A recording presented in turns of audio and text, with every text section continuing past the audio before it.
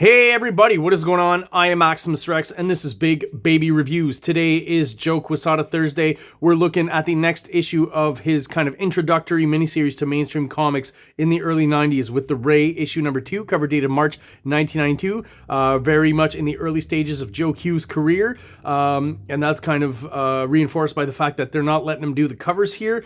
We've got more established artists at this point doing it for the newbie. And the only information I have on this guy is that his last name is DeBerk. I'm pretty sure he's the same guy who did the cover for issue 1. I believe he's going to do the next cover for issue 3. And at some point, I think around issue 4, Quesada takes over the cover reins. So not going to talk too much about the cover. We're going to open it up right away and look at some Joe Q artwork from back in the day. So starting off with a nice splash here.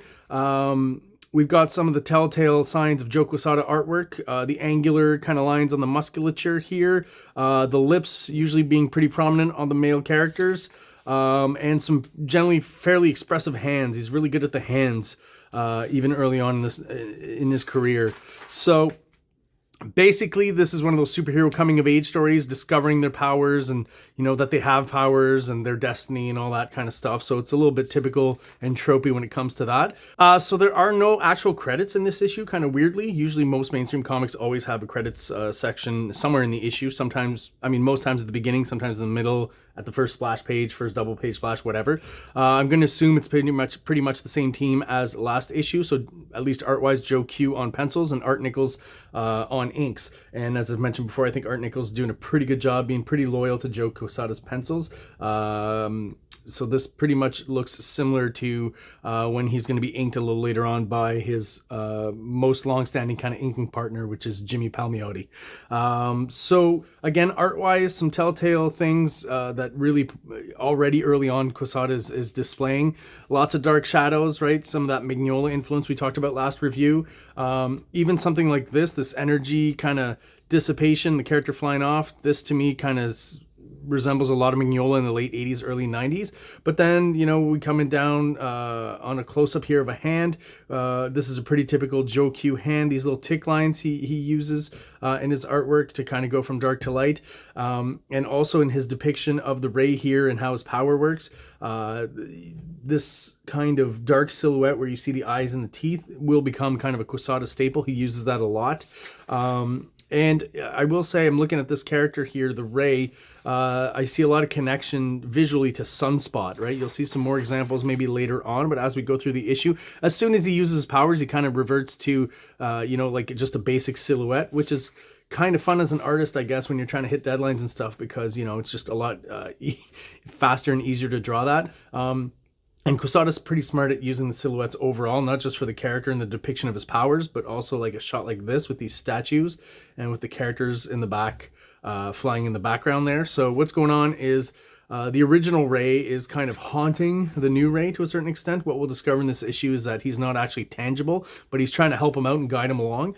The new Ray, so he's not quite convinced that his father is the Ray. In his mind, his father passed away, right? We saw that last issue.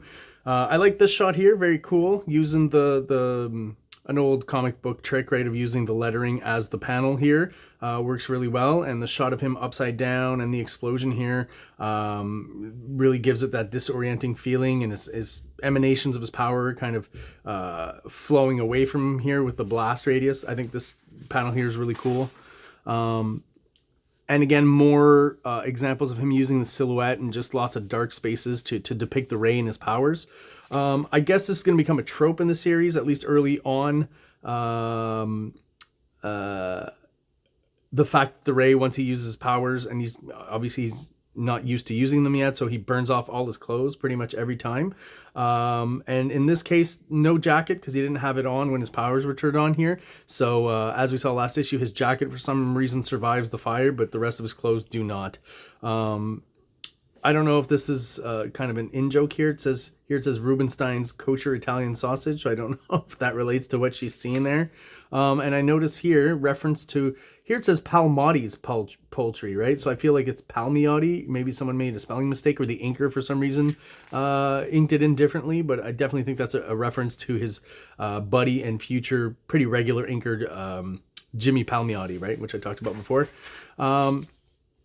So yeah, basically just asking this lady to help him out, give him some clothes. So she throws a few things at him and he puts that on. Obviously, these are ladies' clothes, I'm pretty sure, at least from the color scheme and the midriff kind of style that we got here.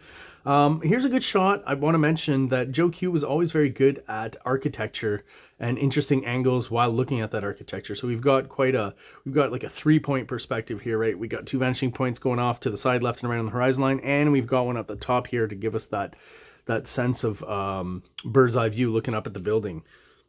So he makes his way back home eventually, right? And this character shows up, who's, I'll read a little, it's his dad's lawyer, right? And what he says is that basically he's got to sign this over the power of attorney to him so that he could sell the house because his father had lots of debt and he's got to kind of pay it back, right? So that's what's being discussed here.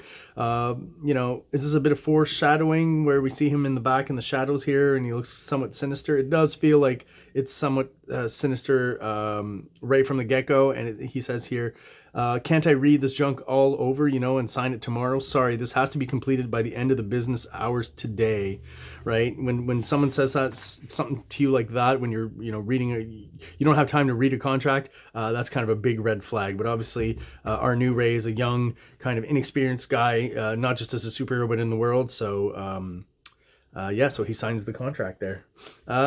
This we talked about last issue when we see this old character here.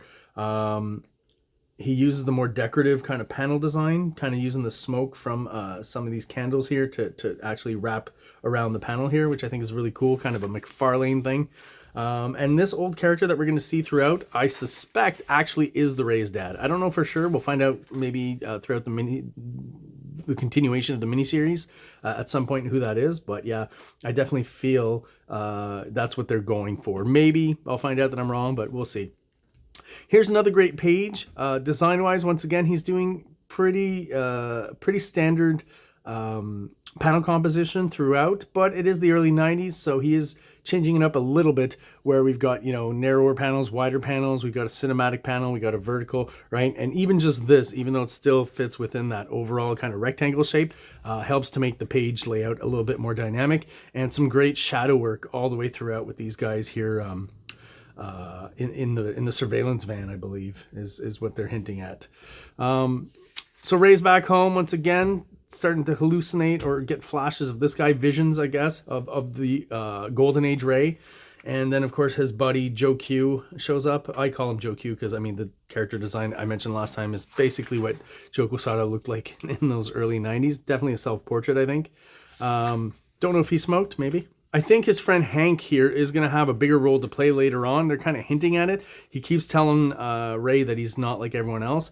And I feel there's going to be some sort of payoff later on. They're kind of foreshadowing that as well here. I'm not quite sure where that character is going to go, but I feel like there's something, his connection to the character in the storyline is a little deeper than it seems at least up to this point. Skip the ads. This one I thought was just kind of weird. The fact that, you know, the head is so big in the window there, kind of a weird vision.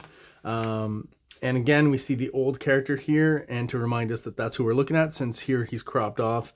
It's the same environment. We see the candles, so that makes sense. And again, the smoke around the panel. This is a very Joe Q panel overall. This is the kind of stuff we're going to see a lot of in Ninjak. The candles seem to be one of the tropes that he uses a lot as interesting kind of design elements within the panel, and also using the smoke for panel design.